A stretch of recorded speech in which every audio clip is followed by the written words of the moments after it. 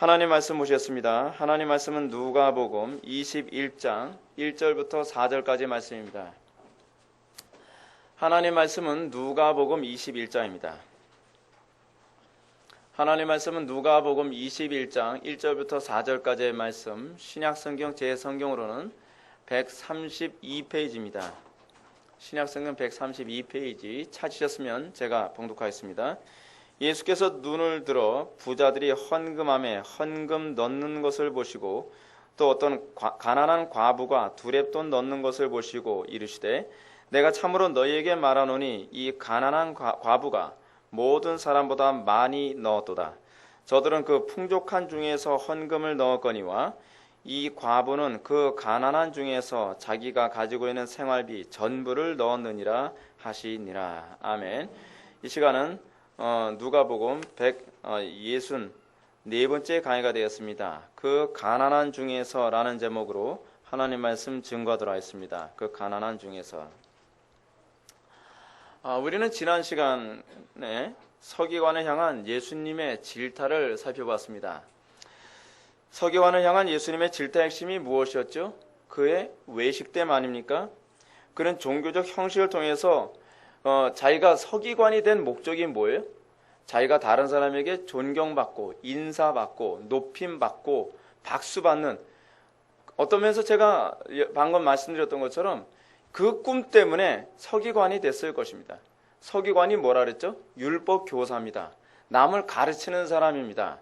율법을 가르치는 사람이라고 한다면 유대 사회 안에서 가장 존경받는 사람이라는 것은 불을 보듯 뻔한 것 아닙니까?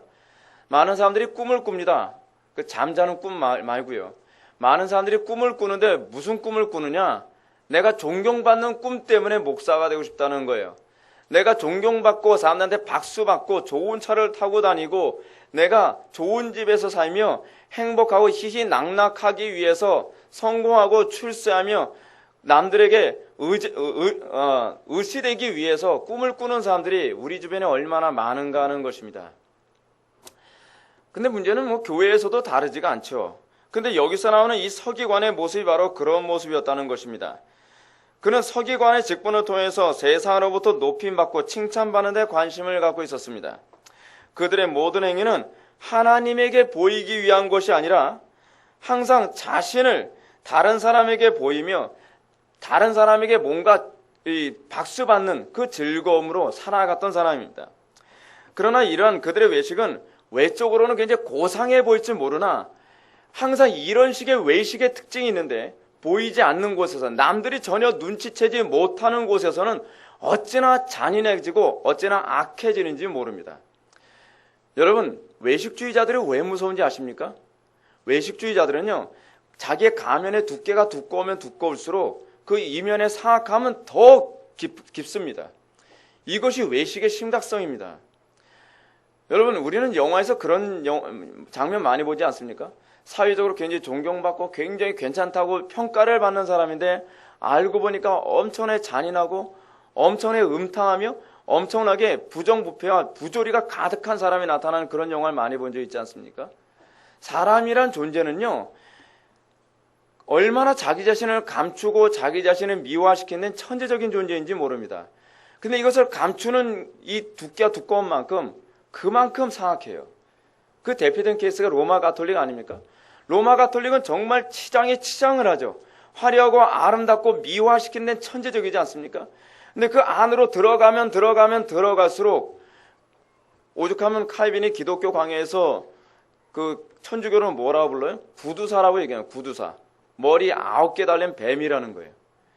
외식이 어찌나 심각한지 머리 9개 달린 뱀, 그것이 바로 로마 가톨릭의 실체란 말이에요.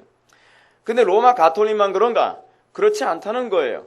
오늘날 교회 안에서도 외식적으로 신앙생활하는 사람들에게 이 구두사, 얼마나 교활하게 자기 자신의 그 모습을 감추고 그럴싸하게 보이기 위해서 얼마나 자기 자신을 미화시키고 이 아름답게 꾸미기 좋아하느냐 하는 것입니다.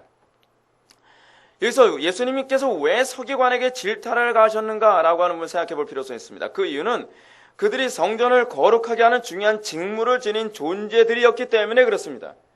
성전 직무를 수행하는 중요한 인물 중에 하나예요. 그들은 율법을 가르치는 율법 교사였습니다. 그런데 그들의 문제를 누가복음에서 이렇게 얘기하고 있습니다. 11장 46절에서요. 지기 어려운 짐을 사람에게 지우고 너희는 한 손가락도 이 짐에 대지 않는도다 라고 얘기해요. 서기관의 문제가 뭔지 아세요? 다른 사람들이 도무지 질 수 없는 짐을 딱 사람들한테 지는 거예요. 설교를 하는데 정말 아무도 그렇게 따라갈 수 없을 정도의 높은 수준의 도덕성을 가지고 사람들에게 설교를 하면서 자기는 요리조리 다 피해 다니면서 살아가고 있다는 거예요. 그게 바로 서기관의 문제라는 거예요. 그들은 율법을 가르치긴 하지만 정작 자신들은 그 가르침대로 살지 않을 뿐만 아니라 최소한의 몸부림조차도 하지 않는 거예요. 그냥 남들 보기에 기도를 많이 해야만 합니다 하면서 어떻게 해요? 남들이 볼 때 자, 저 사람들 많이 보는구나. 그러면 거리 어귀에 서서 길게 기도하는 거예요. 자, 봐라. 나는 율법을 지키고 있지 않느냐. 사실은 안 보는 데서 기도 하나도 안 하면서요. 이게 바로 서기관들의 문제였던 거예요. 서기관의 문제. 이들은 율법 교사의 직분을 수행하는 것은 율법을 너무도 사랑하는 열정의 결과가 아니었어요. 그들이 율법을 가르치는 이유가 뭐예요? 사랑하기 때문이 아니라 남들에게 그렇게 보이고 싶기 때문에 그런 거예요. 남들에게 박수를 받고 남들에게 존경받고 남들의 앞에서 높은 자리에 앉고 싶어서 그들은 율법 교사가 됐다는 것입니다. 여러분, 이건 너무나 끔찍한 일입니다. 근데 이것이 오늘날 한국교회 안에 너무나 만연되어 있는 모습이기도 해요.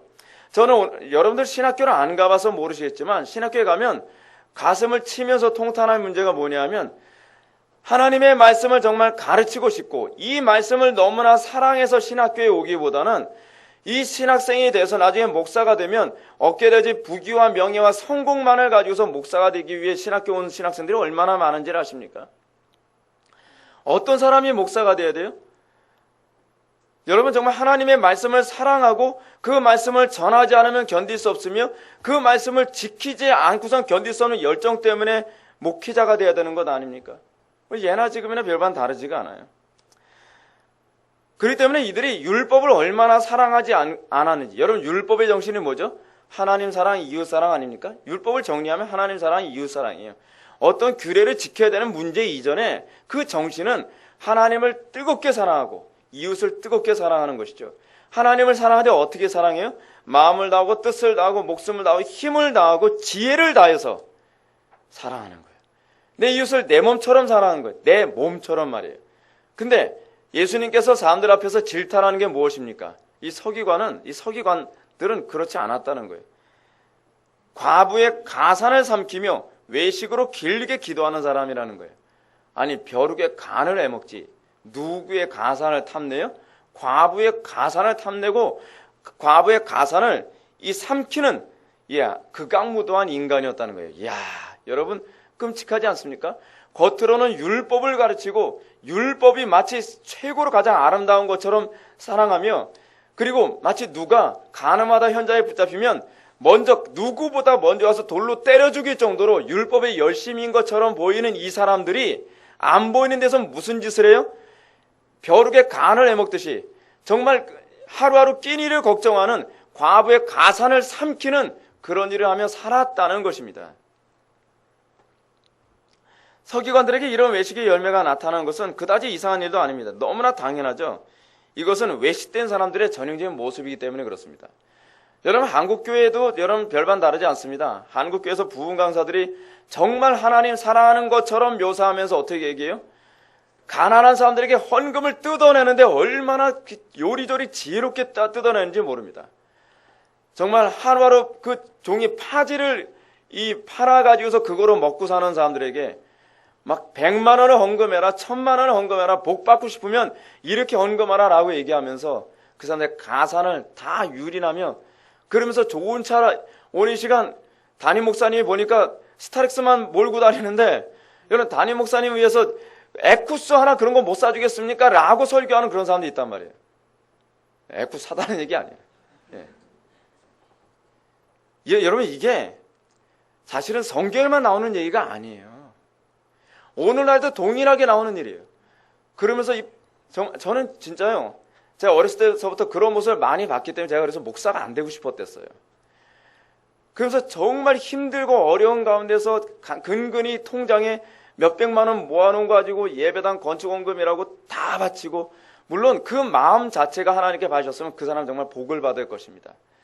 그런데 그거 그렇게 해야 뭐 복 받고, 그렇게 해야 우리 자녀가 좋은 대학에 가고, 그렇게 해야 내가 뭐 재산을 더 많이 벌고라고 하는 욕심을 자극해서 헌금하게 만들어 가지고 집안을 초토화시켜 버리고, 부부가 이혼하게 만들고, 싸움박질하게 만들고, 집안을 지옥으로 만드는 그런 일이 한국 교회 안에서 비일비재한 게 얼마나 많은지 모릅니다. 이제 우리는 이 서기관들, 다시 얘기하면 율법을 가르치는 이 율법 교사들에게 가산을 빼앗기는 주된 대상으로 지목받았던 이 과부를 대상으로 주님께서 어떤 가르침을 주고 계신가를 우리가 좀 살펴보도록 하겠습니다. 1절과 2절의 말씀을 다 같이 한번 읽어보시겠습니다. 시작.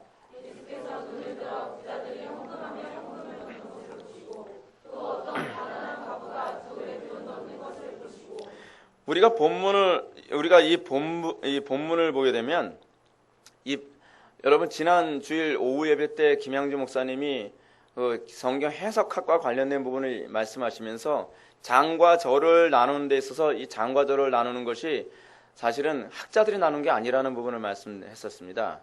장과 절을 나눈 거는 인쇄업자들이 나눈 겁니다. 인쇄업자들이 성경을 사람한테 읽기 좋고 편하게 만들기 위해서 편의상 장과 절을 그렇게 그냥 막 나눠버린 거예요. 그러다 보니까 이 장과 절을 나누는데 신학적으로 좀 문제가 많은 부분이 많아요. 오늘 본문 같은 경우도요, 여러분 복음서에서 소묵시록 하게 되면, 소묵시록은 예수님께서 장차 일어날 일에 대해서 예언한 장면이 소묵시록이거든요. 소묵시록이라고 했을 때 마태복음 24장이 소묵시록입니다. 장래일에 일어날 일들. 마가복음에서는 13장이고요. 누가복음에서는 오늘 본문에 나오는 21장이 소묵시록입니다. 장차 일어날 일, 미래에 일어날 대환란과 핍박과 그리고 주님의 재림과 관련된 이런 부분을 예언한 부분이 이 누가복음에서는 21장에 나오거든요. 근데 누가복음 21장에서 이 1절부터 4절은 소묵시록과 아무 관계없는 내용이 여기 실려 있습니다. 과부의 이 헌금에 관한 얘기가 1절부터 4절까지 실려 있단 말이죠. 그래서 대부분의 학자들은 1절부터 4절까지 이 본문은 21장에 수록되기보다는 20장에 수록되는 것이 훨씬 문맥상 정당하다라고 그렇게 봅니다. 그리고 5절부터 소묵시록 21장으로 넘어가는 것이 훨씬 옳다는 것이죠. 이렇게 본다면 우리는 오늘 본문을 다음 같은 구조로 이해할 수 있습니다. 어떻게 이해해야 되냐면, 지난 본문에 우리가 뭘 봤었죠? 과부의 가산을 소위 강탈하는, 그 삼키는 서기관에 관한 얘기를 했습니다. 거기서 거론됐던 중요한 인물이 누구예요? 과부였습니다. 이 과부 얘기가 그거로 끝난 것이 아니라 또다시 언급되어집니다. 예수님이 과부에 관한 얘기를 많이 하는 이유는 소위 그 고대 이스라엘 시대나 그렇지 않은 예수님 당시, 이 1세기 당시 과부들이 굉장히 먹고 사는 게 힘들었거든요. 유대 사회 안에서 여자들은요, 혼자 살게 되면 경제적인 기능 자체가 완전 스톱입니다. 남자들이 돈을 벌고 여자들은 집 안에서만 살아야 되기 때문에 먹고 사는 것 자체가 끔찍한 수준이 되는 거예요. 그러다 보니까 가장 비참한 유형하게 되면 딱 세 종류를 꼽는다 그랬죠. 구약에서요. 고아와 과부와 외국인, 이걸 나그네라고 표현했습니다.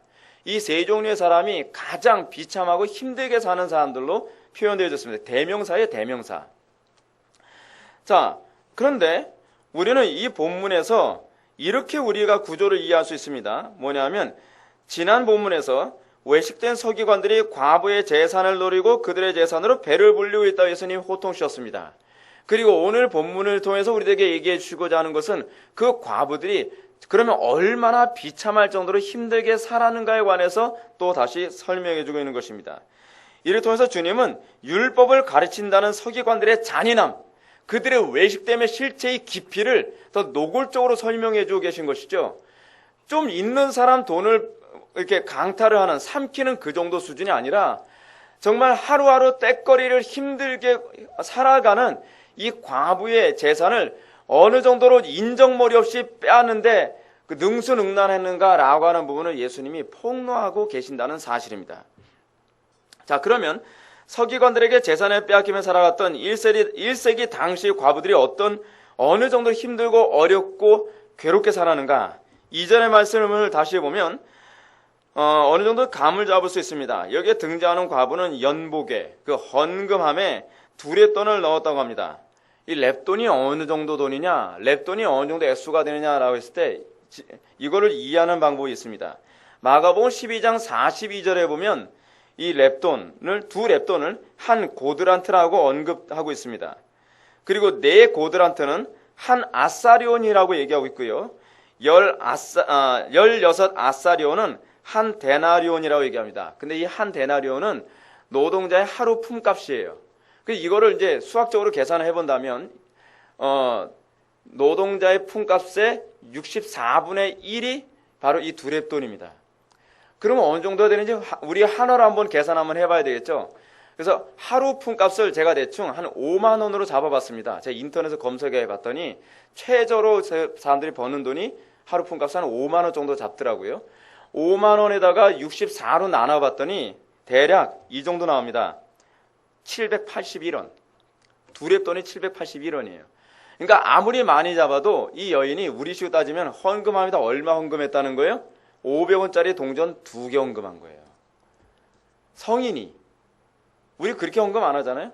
우리는 애들이나 1,000원짜리 뭐 하나 헌금하지 어른이 500원짜리 2개 헌금할 정도로 그렇게 비참하게 살지는 않잖아요? 근데 지금 이 과부가 그렇게 살았다는 거예요. 근데 옛날에 저희 집이 이렇게 살았어요. 저희 집. 하도 가난해가지고 그 방바닥에 100원짜리 하나도 찾기 힘들어서 힘들 정도였었으니까요. 그래서 이게 얼마나 힘든 정도인지 저는 대충 인식을 하는데 우리 부모님은 대충이 아니라 뼈저리게 느끼실 거예요, 아마. 그래서 이 본문은 의도적으로 부자의 헌금과 과부의 빈약한 헌금을 대조적으로 보여주고 있습니다. 왜 본문은 이렇게 부자의 헌금과 과부의 심히 빈약한 헌금을 대조적으로 보여주고 있는가? 3절과 4절의 말씀을 한번 보시겠습니다. 3절과 4절의 말씀. 이르시되 내가 참으로 너희에게 말하노니 이 가난한 과부가 모든 사람보다 많이 넣었도다. 저들은 그 풍족한 중에서 헌금을 넣었거니와 이 과부는 그 가난한 중에서 자기가 가지고 있는 생활비 전부를 넣었느니라 하시니라. 우선적으로 우리 주님은 과부의 두렙돈이 그의 생활비 전부라고 지금 언급하고 계십니다. 여러분 상상해 가십니까? 지금 어느 정도로 가난한 사람의 돈을 서기관들이 갈취한 거예요? 1,000원을 가지고 하루를 어떻게 살아갈까를 고민하는 사람. 마치 이런 거죠. 1,000원을 가지고서 과연 어떻게 하여야 내가 우리 아이들과 함께 하루 3끼니를 먹을 수 있을까? 여러분 상상해 갑니까? 밀가루를 조금 사가지고서 그거를 불려가지고 이거로 해서 뭐 우리는 옛날에 우리 부모님이 이북 사람이다 보니까 그런 그 사투를 썼는데 뚜둑제비가 뭔지 아세요? 수제비. 이 뚜둑제비를 만들어서 이거로 한 끼니를 해결할까? 아니야. 그러면 2끼니를 못 먹겠지. 그러면 어떻게 할까? 죽을 만들어서 아침, 점심, 저녁을 먹일까? 안 돼. 그러면 너무 배가 고파. 그러면 하루에 2끼니만 아이들하고 같이 먹어볼까? 이 고민을 하는 사람이에요. 이 과부가요. 근데 서기관은 어떻게 해요? 그것까지도 어찌하더니 그 가산을 삼켜서 자기 주머니를 채울까를 생각하는 이런 사악한 종교 지도자예요. 근데 이것이 어제 오늘의 문제가 아니라 오늘날도 그대로 또다시 나타나고 있는 문제라고 하는 것은 정말 끔찍한 일 아닙니까? 여기서 이 빈곤의 심각성을 보여주면서요. 우리는 그녀가 하나님께 헌금을 드린 우리식으로 따져 얘기합시다. 500원짜리 동전 2개는 그녀가 드릴 수 있는 하나님께 최대한의 여유를 드린 거예요. 내가 하나님께 드릴 수 있는 최대한 여유. 여러분 두렙돈이라고 한다면요. 두렙돈 중에서 하나는 내가 사용하고 한 렙돈만 낼 수도 있는 것 아니겠습니까? 우리는 얼마든지 그렇게 생각할 수 있어요. 간혹 가다가 우리는 이러죠. 너무 이렇게 여유가 없으면 그냥 하나의 지폐조차도 500원짜리로 2개로 바꿔서 낼 수도 있어요. 그런데 이 여인은 자기의 재산을 두렙돈을 다 하나님께 바쳤다라고 하는 부분을 우리들에게 보여주고 있습니다. 그래서 우리는 중요한 사실을 발견해야 됩니다. 그것은 당시 율법교사였던 서기관들이 이런 과부들을 위해서 무엇을 했어야 했는가라는 거예요. 이렇게 힘들고 어렵게 살아가는 과부의 재산을 삼킬 생각을 해야만 합니까? 아니면 오히려 이 사람을 도울 생각을 했어야만 했습니까? 이 사람의 직업이 뭐라고요? 율법을 가르치는 율법 교사예요. 율법 교사가 해야 되는 일 중에 하나는 무엇이냐면, 잘 기억하십시오. 율법을 잘 가르치는 것이고요. 두 번째는 뭐냐면 그 율법을 어떻게 적용시킬 것인가에 관한 문제예요.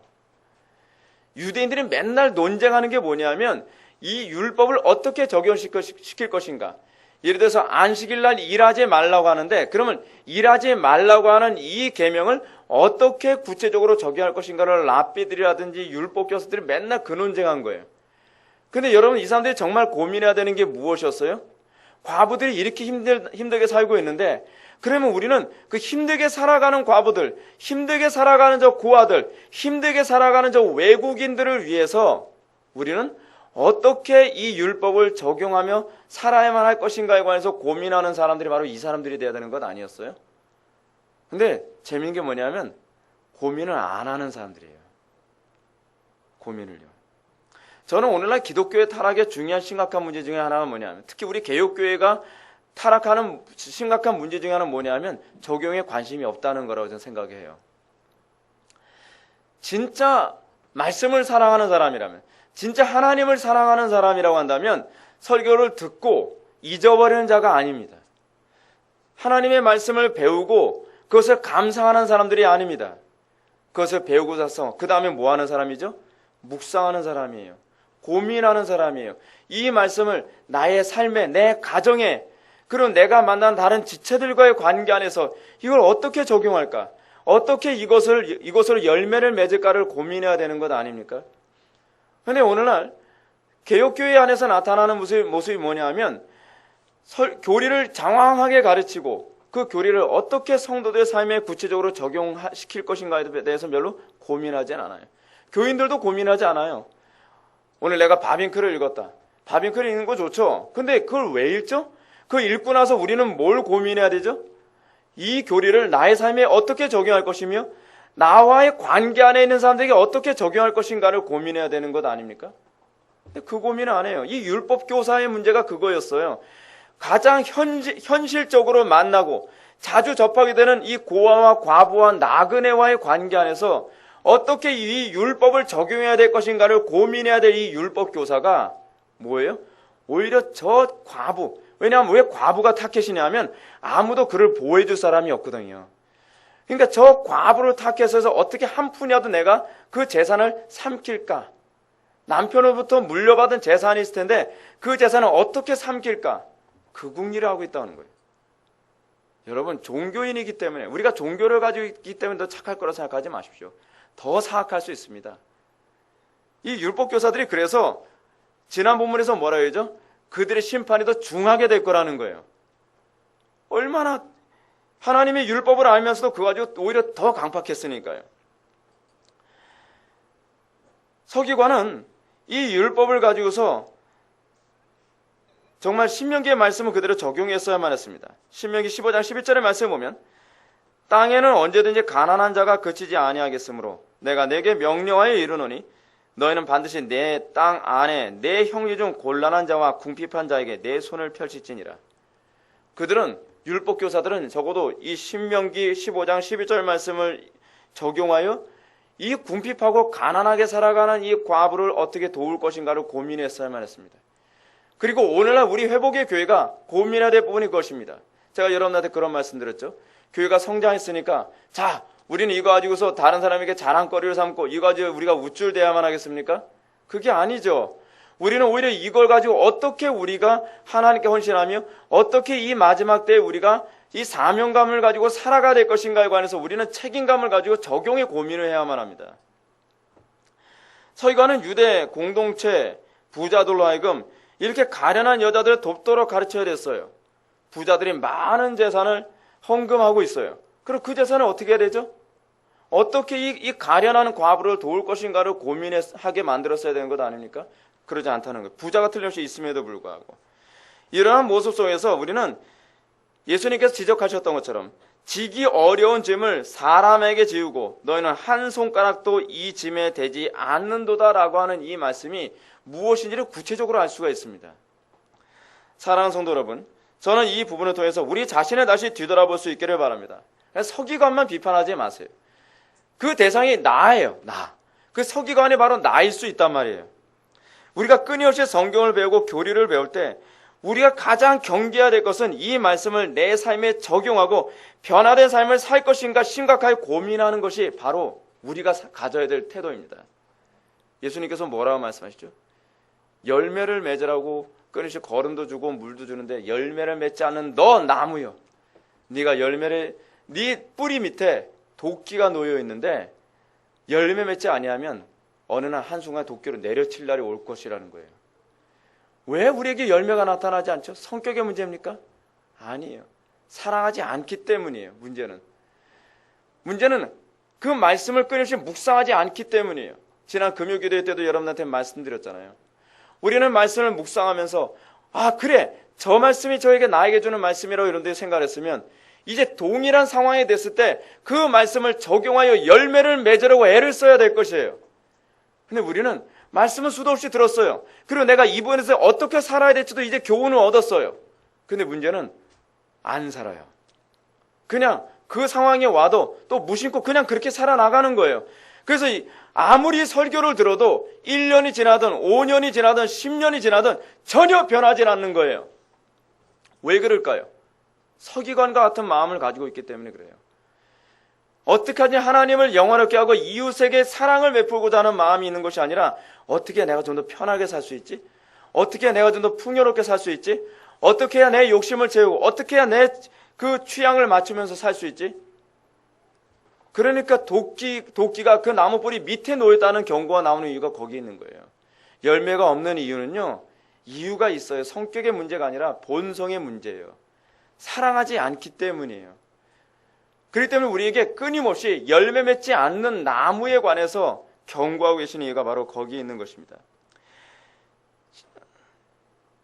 제가 지난 예배 시간에 드렸을 때 이런 갈급함이나 의욕 없이 말씀을 듣는 것은 심히 가련한 심령이 아닐 수가 없습니다. 여러분, 어떤 사람이 복된 심령입니까? 하나님의 말씀을 정말 간절히 사모하는 사람 아닙니까? 하나님의 말씀을 듣는데 그냥 좋은 무슨 강연 하나 듣는 것처럼 듣는 건 이거야말로 정말 재앙 아닙니까? 재앙 아니에요? 제가 지난 주일날에도 예배 시간에 졸지 말라고 막 호통을 치면서 그랬는데 왜 그런지 아세요? 하나님의 말씀에 집중하지 못하는 것만큼 심각한 죄악이 없어요. 그것이 가장 심각한 징계예요. 하나님의 말씀이 들어오질 않아요. 그냥 머릿속에 쑥 지나가 버려요. 여러분, 하나님의 말씀은요, 내 머릿속에서 기억이 나는 게 중요한 것이 아니라 내 심령에 가서 꽂히는 게 중요한 거예요. 우리는 간혹가다 그런 얘기합니다. 무슨 얘기인지 다 알아들었어요. 기억을 해요. 기억하는 게 중요한 게 아니라니까요. 중요한 것은 그 말씀대로 열매가 나타나느냐에 관한 문제예요. 그 말씀이 여러분들 심령에서 여러분들 심령을 바꾸고 있느냐에 관한 문제란 말이에요. 그 말씀이 여러분들 심령을 바꾸고 있지 않는다고 한다면 지식이 쌓인 만큼 여러분들은 점점 더 서기관이 돼버리고 말 거예요. 왜요? 그거 가지고 남을 정죄할 테니까. 그러면서 신기하게 사람은 어떠냐면 배우면 자기는 그렇게 살고 있다고 착각을 해요. 그죠? 내가 그것을 알고 있으니까 나는 그렇게 살고 있다고 생각을 해요. 살고 있는 게 아니에요, 여러분. 저는 개인적으로 오늘날 이 시대 교회들을 바라보면서 설교자들이나 회중들이 말씀에 대하여 미온적으로 반응하는 이유가 바로 여기 있다고 생각합니다. 우리가 말씀을 접하는 데서 과연 어떻게 살아야 할 것이며 어떻게 하나님을 기쁘시게 해드릴 것인가에 대한 뜨거운 목마름과 고민이 없어요. 제가 전도사 시절 때, 제가 평신도 시절 때 제가 은혜를 받게 된 이유가 뭔지 아십니까? 저는요, 항상 예배당에 앉아서 예배를 드리기 전에 고민이 가득했어요. 도대체 어떻게 살라고 하나님께서 나에게 요구하시는 것인가? 이런 상황에서 어떻게 사는 걸 하나님께서 나에게 요구하실까? 그게 20대 청년 저의 심령의 상태였어요. 저는 항상 고민이었어요. 오늘은 저 강단에서 저 설교에서 나에게 뭔가 해답이 주어질까? 그렇다고 해서 좋은 설교도 아니었어요. 근데 그 설교 안에서 간헐적으로 나에게 도전이 되어지는, 그리고 나에게 정말 깨달음을 주는 그 말씀 하나하나가 주어지면 그것을 제 손등에다 적어놓고 한순간도 잊어먹을까 또다시 무장하고 또다시 무장하면서 그래, 이렇게 살아야 된다 그랬지, 이렇게 살아야 된다 그랬지, 이렇게 귀한 이 은혜를 깨달았으니 내가 어떻게 이것을 잊어버릴까 두려워서 항상 그 말씀을 살려고 몸부림치는 가운데 말씀이 스폰지처럼 빨아들여지더라고요. 말씀에 관심이 없는 이유가 뭔지 아십니까? 내가 문제가 없다고 생각하기 때문에 그런 거예요. 내가 정말 하나님의 말씀을 살아야 된다고 하는 열망과 열정이 없기 때문에 그래요. 저는 여러분들이 정말 복된 사람이 되기를 바랍니다. 마태복음 5장에서는 어떤 사람이 복된 사람이라고 얘기하고 있죠? 심령이 가난한 자, 의에 줄이고 목마른 자가 복된 사람이라고 얘기합니다. 가난한 자는요, 심령이 극도로 가난하고 의에 줄이고 목마른 사람은요, 시궁창 물을 마시면서도 달콤하게 느낍니다. 놀라운 일 아닙니까? 여러분, 저쪽 소말리아 같은 저 아프리카에 있는 아이들은요, 흙탕물을 달콤하게 들이켜요. 왜 그렇죠? 너무 목마르니까. 오늘날 한국교회 교인들은 그래서 영혼들이 다 고장나버리고 말았어요. 이게 시궁창 물인지, 이게 세균이 득실득실한 물인지, 이게 흙탕물인지도 모르고 너무 영적으로 갈급하다 보니까 벌컥벌컥 아무거나 막 들이키면서 영혼들이 죄다 병들어버리고 말았어요. 근데 그리고 난 다음에 나타난 한국교회 교인들의 모습의 심각성이 뭐냐면요, 말씀에 대한 그 갈급함을 못 느끼는 상태가 돼버린 것 같아서 전 그것 때문에 더 속상해요. 목회하기가 얼마나 힘든지 몰라요. 목회할 때 제일 힘든 게 뭔지 아십니까? 말씀에 관심 없는 인간들을 앉혀놓고 설교하는 게 얼마나 힘든지 몰라요. 여러분, 이게 하나님의 말씀에 대한 이 모독이 하나님의 인격에 대한 모독이라는 걸 왜 모르십니까? 여러분, 천지 만물을 하나님께서 뭐로 창조하셨다고요? 말씀으로 창조하셨어요. 말씀의 위대함이 그것입니다. 말씀은 그 자체가 하나님의 인격입니다. 그래서 여러분, 우리가 이번 수련회 때도 여러분 설교를 들을 때 그 말씀 들으시겠지만, 항상 신구약 성경 전체에서 말씀은요, 하나님의 인격 자체로 표현되어집니다. 어떤 사람이 제가 칭의로 신앙을 개혁하라 그 책을 제가 출판사에 딱 맡겼더니 출판사에서 이런 얘기합니다. 성경이 말씀하셨다는 표현이 좀 이상하지 않아요? 근데 그분이 그렇게 말씀하셔서 제가 그랬습니다. 이게 정상적인 표현입니다. 성경이 이렇게 기록되었을 때가 아니라 성경이 이렇게 말씀하셨을 때가 더 적절한 표현입니다. 왜요? 하나님은 성경으로 말씀하시는 분이시니까요. 성경은 하나님의 그 권위와 동일한 권위를 가지고 계세요. 왜냐하면 말씀이 곧 하나님의 권위이고 하나님의 인격이기 때문에 그렇습니다. 근데 한국교회가 하나님의 말씀을 무시하는데 너무나 익숙해져 있어요. 그래서 변화가 안 되는 거예요. 그래서요. 여러분, 우리가 정말 성경의 가르침대로 살아가기에 얼마나 힘겨운 자기 부인과 싸움과 간절한 은혜를 구하며 살아갑니까? 어떤 사람이 말씀의 은혜를 사모하는지 아십니까? 말씀대로 살아가려고 날마다 싸우고 투쟁하는 사람입니다. 말씀대로 살아가며 열매를 맺기 위해 고된 영적 전쟁의 과정을 거치는 사람은 그게 더욱더 말씀에 집중하고 사모할 수밖에 없습니다. 그리고 이런 사람들은 남들에게 어려운 십자가를 지우면서도 사랑과 동정심을 겸하는 태도를 겸하게 될 것입니다. 여러분, 우리는요, 다른 사람에게 십자가를 지라고만 의무로 강요하는 사람들이 아닙니다. 우리가 먼저 십자가를 지면서 그 십자가가 얼마나 힘겹고 어려운지를 알기 때문에 우리가 다른 사람에게 십자가를 지라고 얘기하면서도 안쓰러운 마음으로 얘기하는 존재가 되어야만 합니다. 프란시스 쉐이퍼가 얘기합니다. 사랑으로 진리를 말하라. 성도들이 어떻게 사랑으로 진리를 얘기할 수 있죠? 그 진리대로 살아가기 위한 수많은 고군분투와 고통을 겪어본 사람만이 사랑으로 진리를 얘기할 수 있습니다. 그 말씀대로 살아가는데 손가락 하나 까딱해보지 않은 사람은 다른 사람을 쉽게 정죄하죠. 그거 하나 못해? 라고요. 왜 우리는 진리를 얘기하면서 사랑 없이 얘기할 수 있죠? 저는 진리를 얘기할 때 사랑 없이 얘기하는 그 이면에는 항상 그 진리대로 살아보려고 하는 몸부림과 그 진리대로 살아가려고 하는 가운데 오게 되어진 그 처절함이 무엇인지를 경험해보지 못했기 때문이라고 생각합니다. 예수님도 우리들에게 무거운 짐을 지도록 요구하십니다. 예수님도 우리에게 십자가를 지라고 요구하십니다. 사도들도 그랬습니다. 근데 예수님은 그 무거운 짐을 내가 져주겠다라고 얘기하십니다. 그분은 자기는 십자가 안 지고 우리에게만 십자가를 지라고 요구하시는 그런 분이 아니십니다. 여러분, 우리가 자녀들에게 십자가를 지라고 요구할 때에, 그리고 자녀들에게 이렇게 살라고 요구할 때에 자녀들이 그렇게 살도록 얘기하기 전에 우리는 무엇을 먼저 해야 되죠? 우리가 먼저 그렇게 살아야만 합니다. 언젠가 이지성 씨가 무슨 고전 교육에 관한 교육을 하는 걸 제가 동영상을 봤는데 거기서 이지성 씨가 이런 얘기합니다. 자녀들이 독서하는 아이들이 되게 만들려면 부모부터 독서하는 부모가 되십시오. 부모가 맨날 TV 앞에 앉아 있으면서 자녀들에게 독서를 안 한다고, 고전을 안 읽는다고 야단을 쳐봐야 자녀들은 절대로 독서를 하지 않을 뿐만 아니라 그렇게 독서하는 아이들은 독서를 지긋지긋하게 싫어하는 아이가 될 것이라고 얘기합니다. 오늘날 교회 개혁의 중요한 핵심이 어딘지 아십니까? 설교자들의 핵심이라고 저는 봅니다. 설교자들이 먼저 개혁되어져야만 합니다.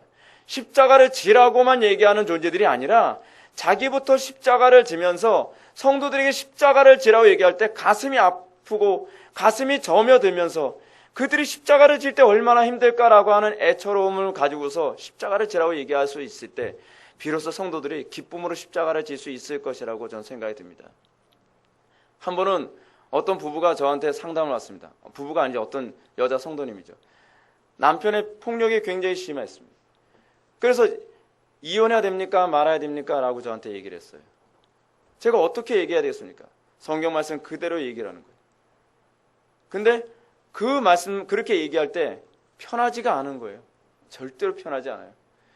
의무감으로 얘기하는 게 아니에요. 사랑으로 안타까워하며 얘기할 수 있는 그런 마음이 우리에게 있어야 된단 말이에요.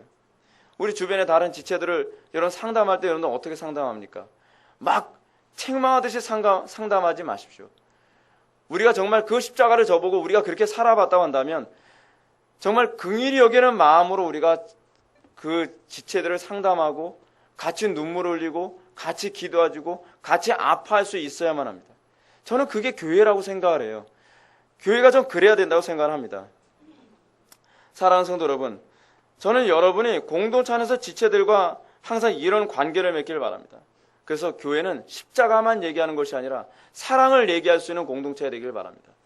자녀들에게 훌륭하게 살아라, 열심히 살아라 라고 얘기할 때 여러분 사랑으로 얘기하지 않는 부모는 정말 냉정한 건 아니겠습니까? 자녀들이 그렇게 살아가는 것이 힘들 거라는 거 알면서도 아프지만 그래도는 이렇게 살아가야 돼 라고 얘기하는 그 모습이 진짜 사랑 아닐까요? 오늘날 이 젊은 부모들이 자녀를 사랑하지 못하는 방식 하나 뭐냐면 힘드니 그럼 하지마. 그건 사랑이 아니에요. 힘들지만 해야 돼 라고 얘기할 수 있는 것. 그래서 같이 아파하면서 그 길을 걸어갈 수 있도록 만드는 것. 그것이 사랑 아니겠습니까? 저는 오늘날 교회가 그런 사랑으로 충만해야만 이 시대에서 정말 하나님의 영광을 나타낼 수 있을 거라고 저는 생각이 듭니다.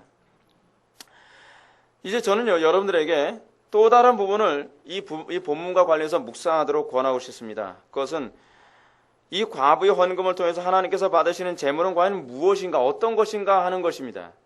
3절과 4절의 말씀을 보면 우리 주님은 이르시되 내가 참으로 너희에게 말하노니 이 가난한 과부가 모든 사람보다 많이 넣었도다.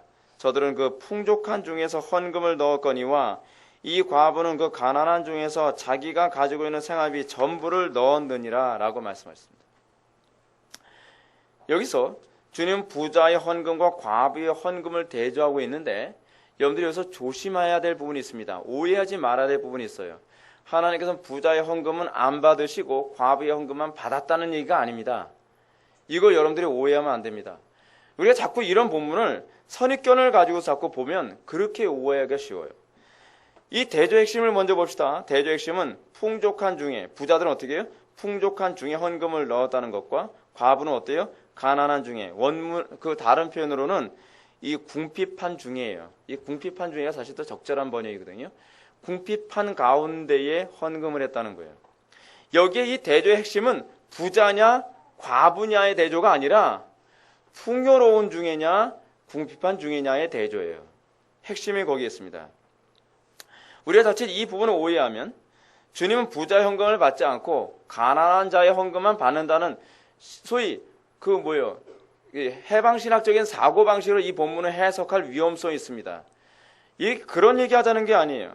그래서 우리 주님은 두 종류의 헌금 가운데 어떤 헌금이 하나님 앞에서 더 많은 헌금으로 여겨지고 있는지를 얘기하고 있는 것입니다. 누가 더 많은 헌금을 했냐를 얘기하는 것이지 누구의 헌금은 거절하고 누구의 헌금은 받느냐에 관한 개념이 아니에요. 이해하시죠? 다시 말씀드린다면 하나님은 넉넉한 가운데 들여진 헌금은 의미가 없는 헌금이고 궁핍한 가운데 드려진 헌금만 의미 있게 받겠다는 얘기가 아니에요. 하나님은 틀림없이 부자가 그 넉넉한 가운데 드린 헌금도 기뻐하세요. 그러나 우리 주님이 말씀하시고자 하는 핵심은 부자가 넉넉한 가운데 부자가 많이 드렸으니까 하나님이 더 기뻐하시고, 이 과부는 소위 한 1,000원 정도밖에 안 냈기 때문에 하나님께 별로 기뻐하지 않을 것이다라고 생각하는 우리의 안목을 깨뜨리려고 하신다는 거예요. 하나님은 액수를 보시는 분이 아니시죠. 하나님은 짐승의 고기를 원하시는 분이 아니시란 말이에요. 하나님은 얼마나 우리가 많은 돈을 헌금했고 얼마나 많이 헌신했으며 우리가 얼마나 많이 희생했느냐를 보시는 것이 아니에요. 하나님께서는 외모를 취하지 아니하시고 뭘 보시죠? 중심을 보시는 분이시라는 것을 깨달아 알라고 지금 말씀하시는 겁니다. 따라서 하나님께서는 이 과부의 헌금이 부자의 헌금보다 더 크게 여기시고 계신다는 부분을 우리들에게 말씀해 주시는 거예요. 이 부분을 우리는 또 다른 방식으로 적용해 볼 필요성이 있습니다. 즉 어떤 사람은 신앙생활하는 데 있어서 예배당과 가까운 거리에서 경건한 가족들의 적극적인 지지 가운데서 비교적 편하게 신앙생활을 할 수 있습니다. 이런 신앙생활 여러분 좋습니다. 나쁜 거 아닙니다. 이들이 하나님께 헌신하는 것은 누구보다 유리한 조건 가운데 신앙생활합니다. 이런 사람들은 예배를 드리러 오는 것이 굉장히 편합니다. 매일 기도하러 예배당에 오기도 너무 좋습니다. 이들은 항상 특별한 저항 없이 하나님께 헌신과 봉사를 다합니다. 이런 헌신과 봉사 그리고 하나님께 대한 경건한 삶을 살아가는 것이 하나님 앞에 결코 나쁜 것이 아니죠. 이런 헌신과 경건한 삶도 정말 귀한 것입니다. 저는 개인적으로 여러분들이 이런 조건 하에서 신앙생활 했으면 좋겠다라고 저는 생각을 합니다. 우리는 지금 어떻습니까? 또한 신앙의 자유가 있습니다. 여러분들 예배당에 온다고 해서 정부에서 여러분들을 감옥에 가둡니까? 강단에서 제가 동성애는 죄다라고 설교한다 해서 뭐 벌금을 매깁니까? 그렇지 않고 구금을 합니까? 그러지 않는단 말이에요.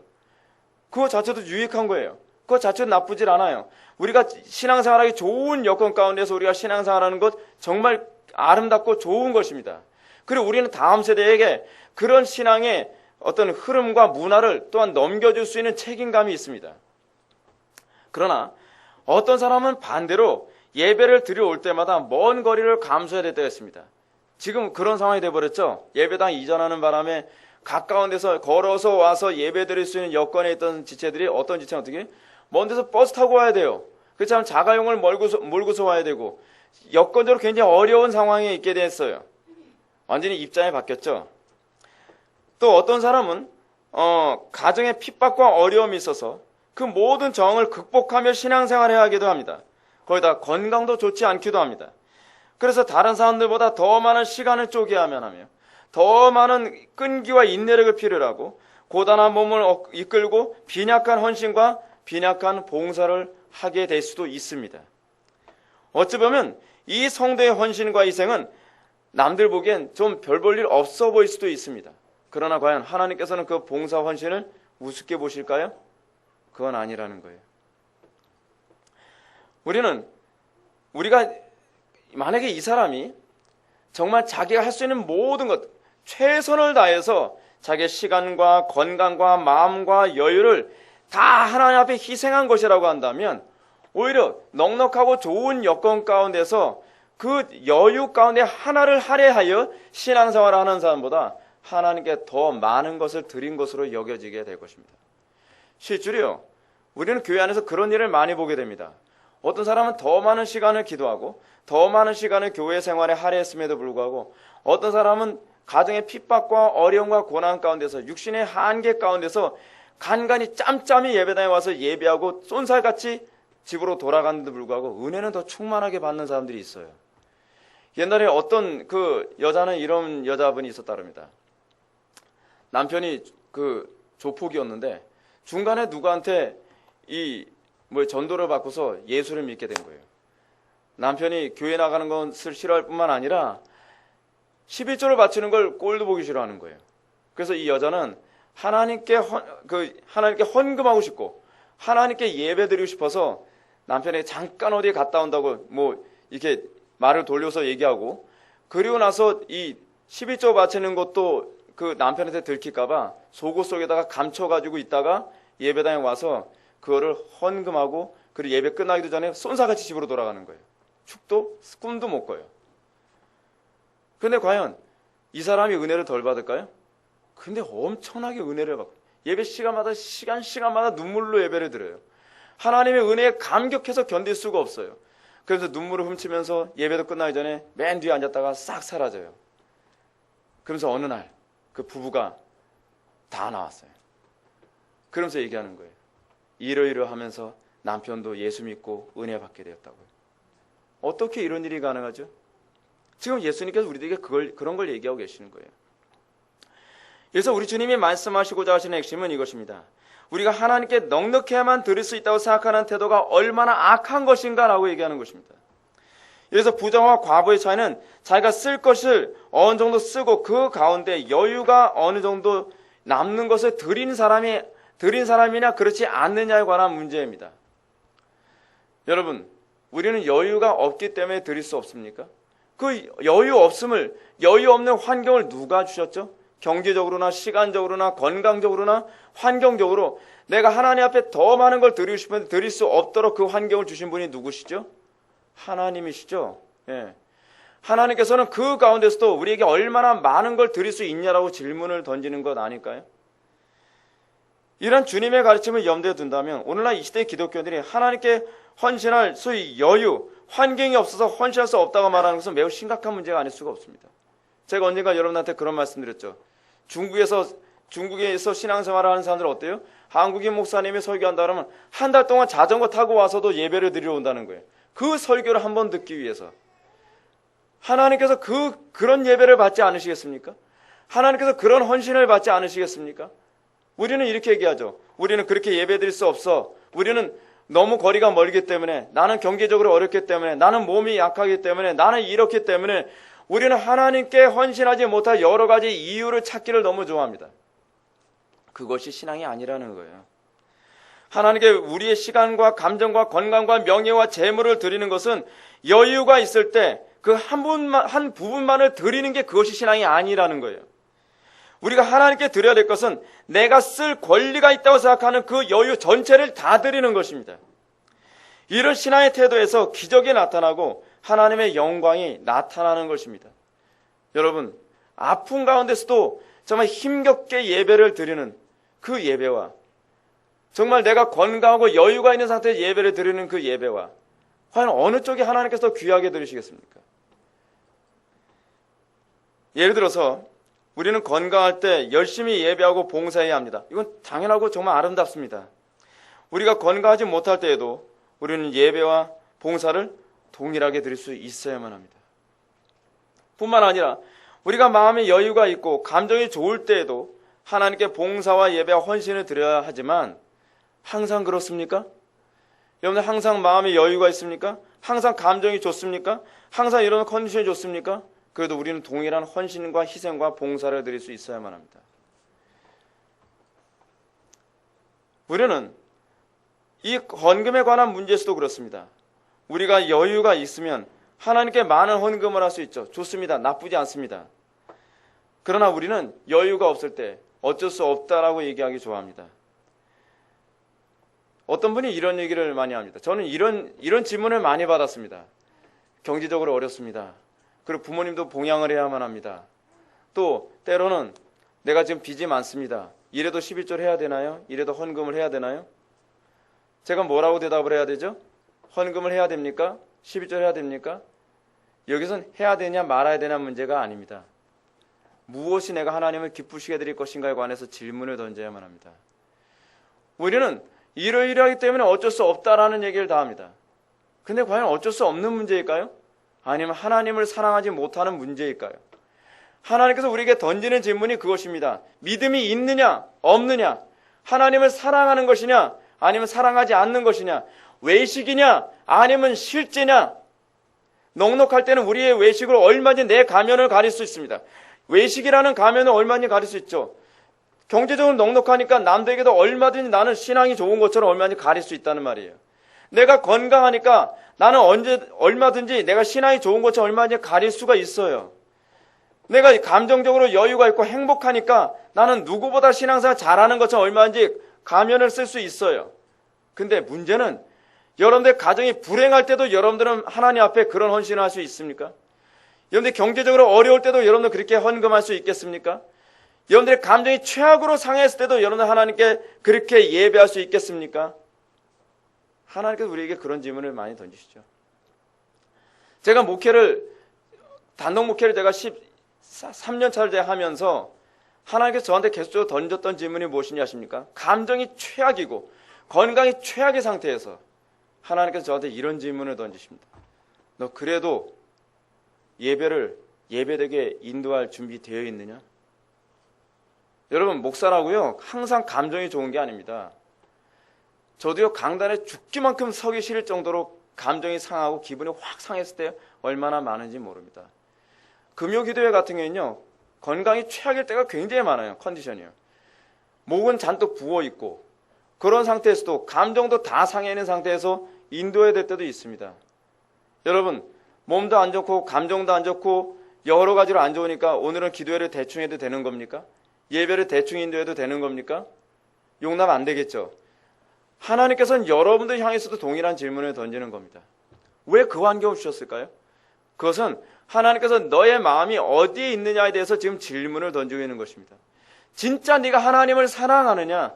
네가 정말 네가 몸담고 네가 목회하고 있는 영혼들을 사랑하고 있느냐에 대해서 질문을 던지는 것 아니겠습니까? 저희 어머니가 2009년 12월 12일 날 돌아가셨습니다. 토요일이에요. 그것도 한 6시쯤에 돌아가셨어요. 그 다음날 주일이란 말이에요. 예배를 어떻게 드려야 되죠? 저도 인간 아닙니까? 저도 감정이 있는 사람 아닙니까? 전 그날은 예배를 내가 대충 드려도 된다고 얼마든지 합리화시킬 수 있습니다. 그 문제 가지고 하나님께 기도했습니다.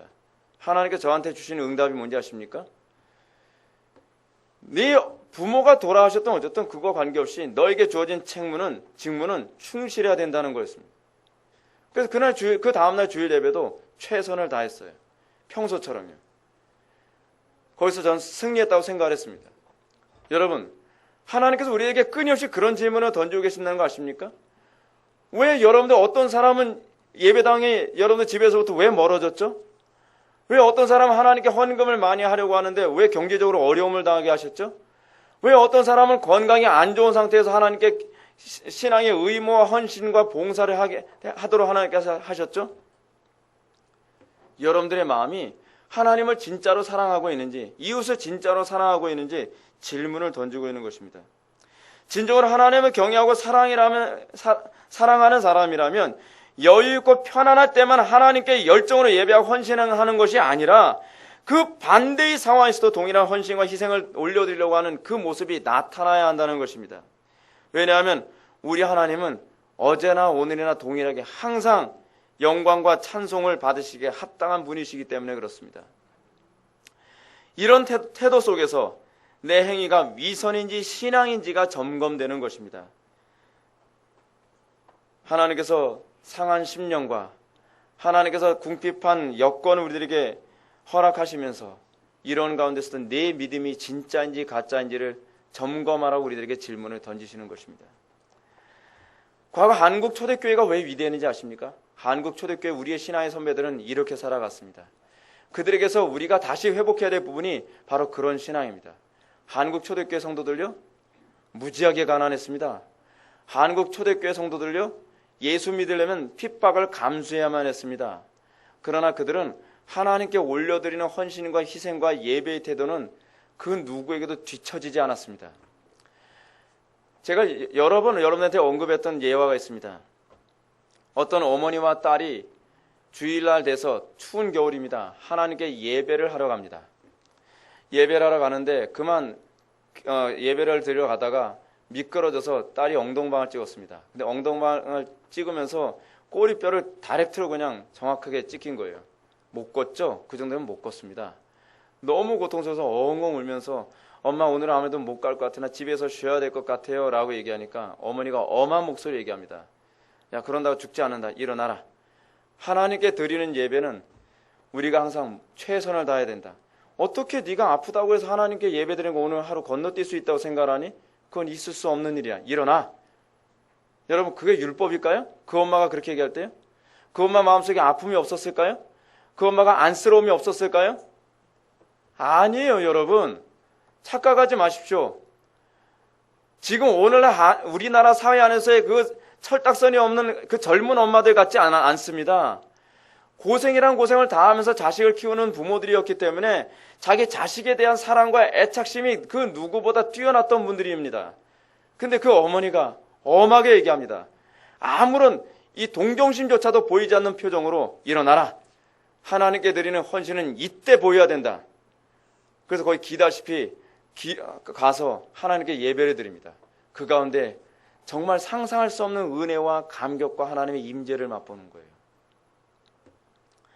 여러분, 헌금에 관한 얘기도 한번 들어볼까요? 제가 헌금에 관한 얘기를 웬만해서는 얘기 안 하지만 한국 초대교회 성도들은요, 헌금을 어떻게 했는지 아십니까? 내가 쓰고서 남은 돈을 11조하거나 내가 써야 되는 것을 계획을 잡고서 다 어느 정도 계획을 잡은 다음에 여유가 있으면 11조로 하는 사람들이 아니었습니다. 그들은 먼저 계산하기 전에 11조를 먼저 떼놓는 사람들이었습니다. 하나님께 헌금하는 것부터 먼저 떼놓고 그 다음에 부족하면 내가 허리띠를 졸라매고 내가 더 검소하게 살며 내가 좀 더 힘써가면서 살아야 되겠다라고 생각하면서 그들은 그렇게 헌금 생활을 했습니다. 다르죠? 지금 우리가 신앙생활하는 거하고 우리 한국 초대교회 때 신앙생활하는 사람들의 모습하고 너무 다릅니다. 우리는 정신 상태 자체가 잘못됐어요. 우리는 여유가 있으면 하나님께 헌신합니까? 기분이 좋으면 헌신하는데 기분 나쁘면 못합니까? 내가 시간이 있으면 하나님께 헌신하고 시간이 없으면 어쩔 수 없는 겁니까? 그것 자체가 여러분 하나님이 자존심 상한다는 거 여러분 알고 계십니까? 하나님이 여유입니까? 하나님이라고 하는 존재가 우리가 좀 여유가 있으면 한번 들여다볼 수 있는 그런 분이십니까? 하나님은 우리의 전부 아닙니까? 이것이 우리에게서 하나님께서 요구하시는 신앙 고백 아닙니까? 근데 우리에게서 하나님은 마치 여유예요, 여유. 나중에 조금 남으면 마치 거지에게 뭘 주듯이 그런 식으로 우리는 하나님께 뭔가 하려고 한단 말이에요. 여러분, 왜 우리 한국교회가 예배가 11시로 전통이 이렇게 되는지 아십니까? 한국교회 예배가 11시로 전통이 세워진 이유는 뭐냐면 하나님께 생선의 머리나 꼬리를 드리지 않고 몸통을 드린다는 생각 때문이었어요. 11시에 예배를 드리면 아무 데도 못 간다는 거예요. 아무것도 계획을 못 세워요. 하나님께 최고로 좋은 시간, 가장 맑은 정신으로 예배할 수 있는 시간, 그리고 가장 좋은 시간을 하나님께 드린다는 차원에서 11시가 우리 한국교회 예배 시간의 전통이 된 거예요. 근데 요즘 어떻죠? 교인들의 입장을 봐준다고 7시 반 예배를 만들고 교인 숫자 많지도 않은데 2부 예배, 3부 예배 만들어가지고서요. 교인들의 편리를 봐준다 그러고 사고방식 자체가 잘못된 거예요. 사랑하는 성도 여러분, 저는 오늘날 한국교회가 정말 다시 회개해야 될 부분이 여기 있다고 봅니다. 오늘날 한국교회는 하나님께서 우리의 시간과 재물과 명예와 감정을 드리는 데 있어서 너무나 인색하다라고 하나님께서 평가하지 아니하실까요? 우리는 마치 우리가 먹다 남은 찌꺼기를 하나님께 드리시듯이 신앙생활하고 있지 않습니까? 마치 생선의 굵은 가운데 토막은 내가 먹고 나머지 먹기 싫은 머리나 꼬리를 드리듯이 여러분 그렇게 하나님께 우리의 헌신을 드리는 경우가 많지 않습니까? 여러분 그러면서 하나님께서 우리의 기도를 받으시길 바라고 우리의 헌신을 받으시길 바라고 우리의 신앙이 진실된 신앙이라고 받기를 바라십니까? 양심이 있으면 여러분 그런 고백을 할 수 있겠냔 말이에요. 하나님이 어떤 분이십니까? 꼬리나 머리 들여도 되는 분이십니까? 옛날에요 어떤 분이 이런 분이 있었어요. 교회 성도가 하나 있었는데 성도를 돕는답시고 가난한 성도 돕는답시고 돕는 게 뭐였냐면 자기가 먹다가 이거는 못 먹겠어 해서 그거를 가난한 성도를 줬다는 거예요. 나중에 알고 나서 실족해서 교회를 안 나와요. 사람이라도 그렇게 하면 자존심 상해서 교회를 안 나온다고 얘기해요.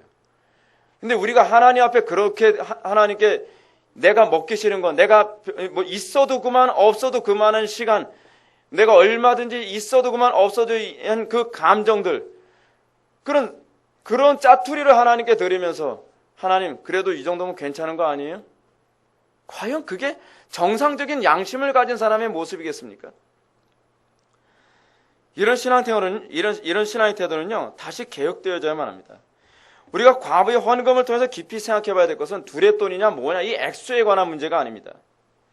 우리가 하나님을 어떤 존재로 대우하고 있느냐에 관한 문제입니다. 하나님은 먹고 남은 쓰레기를 그냥 드릴 수 있는 그런 대상이냐, 아니면 우리가 전부라고 여길 수 있는 대상이냐, 지금 우리들에게 그 질문을 지금 던지고 있는 것입니다.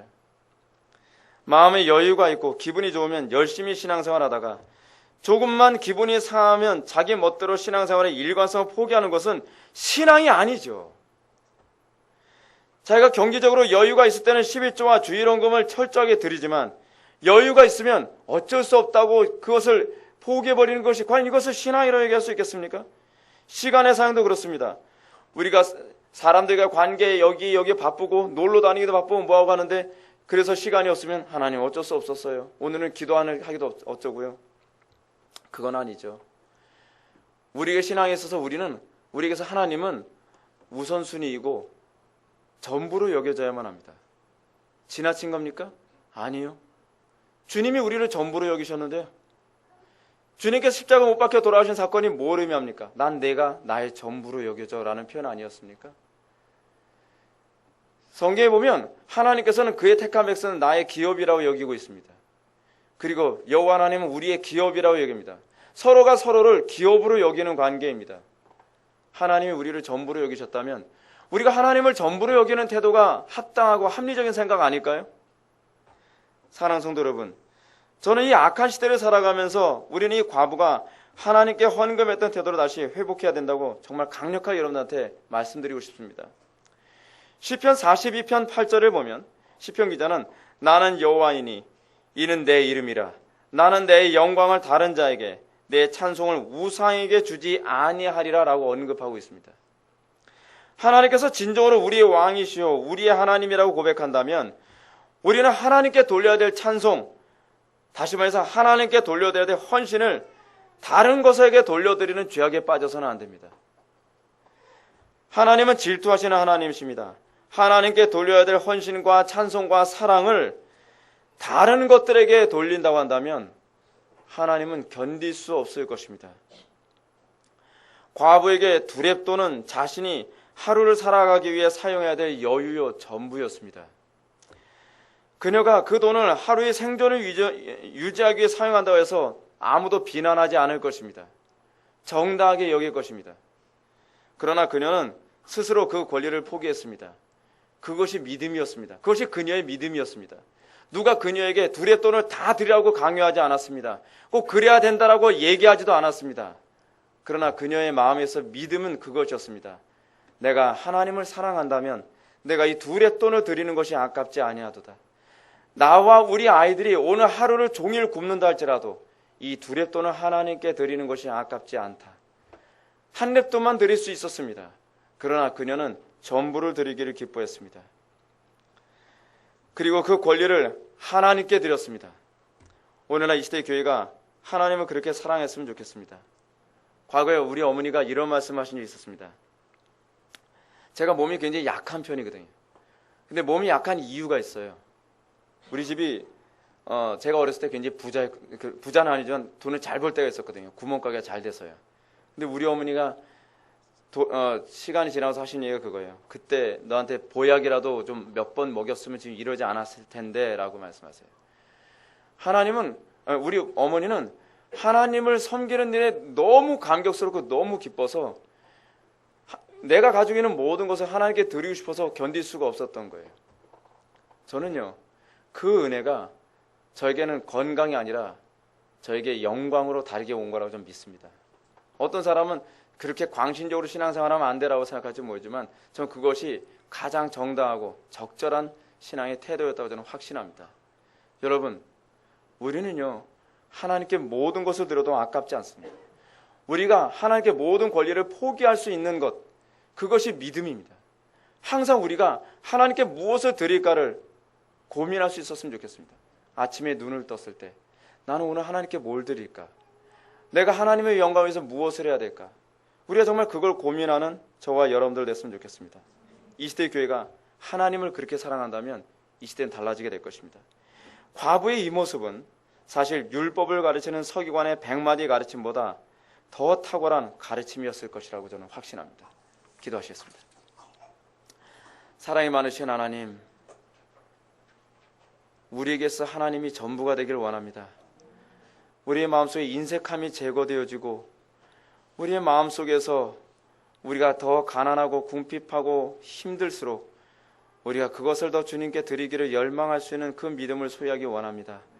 우리의 마음속에서 인색함을 제거해 주시고 우리가 하나님을 이전보다 더 뜨겁게 사랑할 수 있는 마음에 붙들림 받게 하여 주옵소서. 예수님의 거룩하신 이름으로 기도하옵나이다. 아멘.